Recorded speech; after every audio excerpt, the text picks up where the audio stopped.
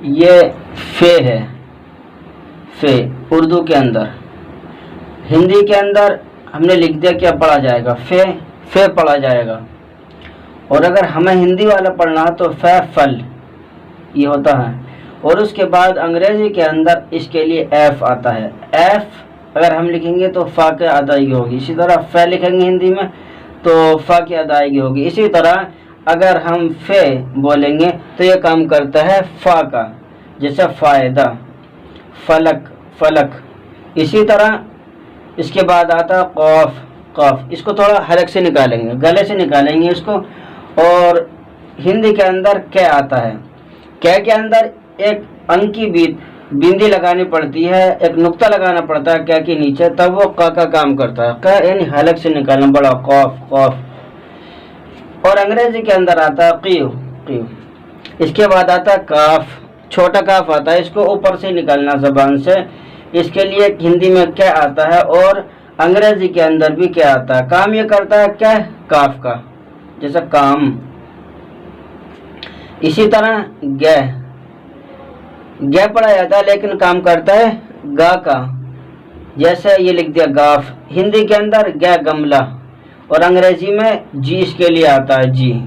जी और गे दोनों का काम उर्दू के अंदर गे करता है, और ये गे बोला जाता है, और ये काम करता है गा का।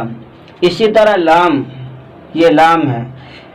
हिंदी के अंदर भी ले आता है और अंग्रेजी के अंदर एल आता है। अंग्रेजी के अंदर एल आता है। एल और ले जिस तरह काम करते हैं ला का, इसी तरह उर्दू के अंदर लाम भी काम करता है ला का। हमें कहना है लंप, ले मैं पी, लंप। इसी तरह इसके बाद आता है मीम। ये लिखा और पढ़ा जाता है मीम, लेकिन ये काम करता है मैं का। जैसे हिंदी में आता है मैं और अंग्रेजी में आता है एम। एम और मैं जो काम करते हैं माँ का करते हैं, इसी तरह मीम उर्दू के अंदर आता है, ये काम करता है माँ का। उसके बाद आता है नून, हिंदी में लिख दिया नून। इसके मुकाबले में हिंदी के अंदर न, नल, न आता है, और अंग्रेजी के अंदर आता है एन। जो काम अंग्रेजी के अंदर एन करता है, एन करता है ना का काम। इसी तरह न करता है ना का काम। इसी तरह उर्दू के अंदर नून आता है, ये भी करता है ना का काम। जैसे हमें कहना है नल, तो ये नल, जैसे हमें कहना है नल।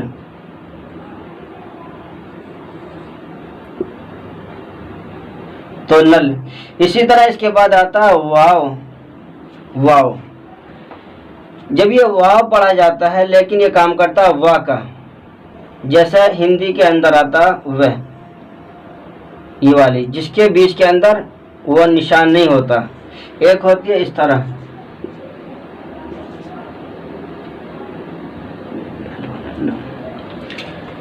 तो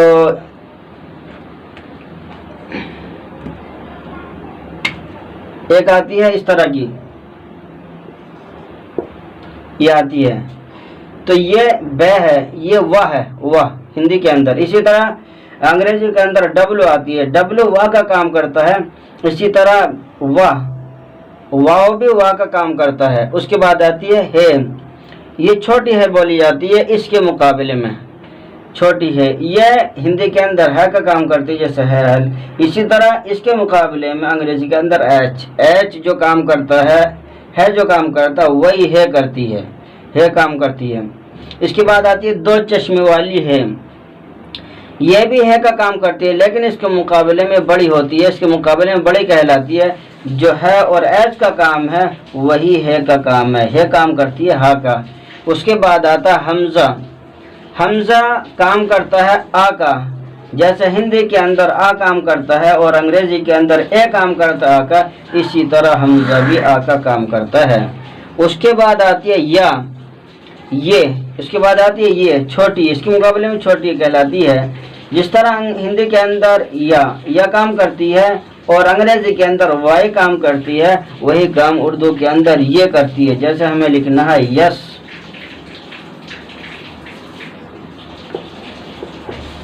यस, तो हम लिखेंगे यस इस तरह।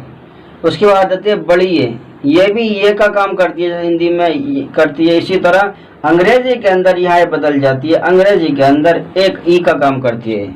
जिस तरह ई का जो काम करती है वही काम उर्दू के अंदर बड़ी ए करती है। जैसे हमें कहना है अरे, जैसे हमें कहना है अरे, तो हम लिखेंगे अरे, ये हो गया अरे, बारे में, बारे, यानी मजहूल जो ये आती है वो ये वाली आती है जो बोली जाती है अरे, बारे में, इस तरह की। तो हमने बोला था फा, फे, इसको याद करना, फे, कौफ, काफ, वाफ, लाम, मीम, नून, वाव, हे, हमजा, ये। सबसे नंबर पर फे, उसके बाद आता है काफ, उसके बाद आता है छोटा काफ। जैसे अगर हमने काफ लिया, हमें लिखना है कलम, तो ये कलम हो गया।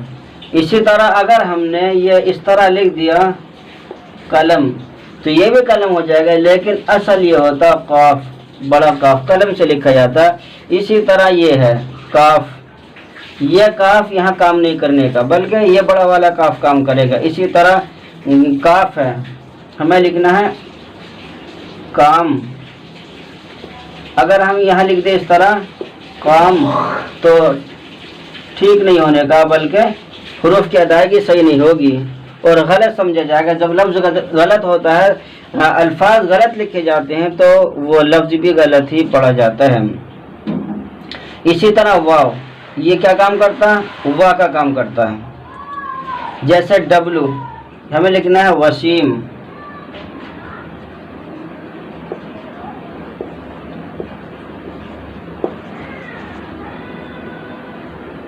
वसीम, तो हम वाह के जरिए से लिखेंगे। इसी तरह एक आता है बे, इस तरह का जो आता है बे, वो अगर इसकी जगह हम लिखेंगे वो काम नहीं करने का। इसी तरह है, हमें लिखना है ये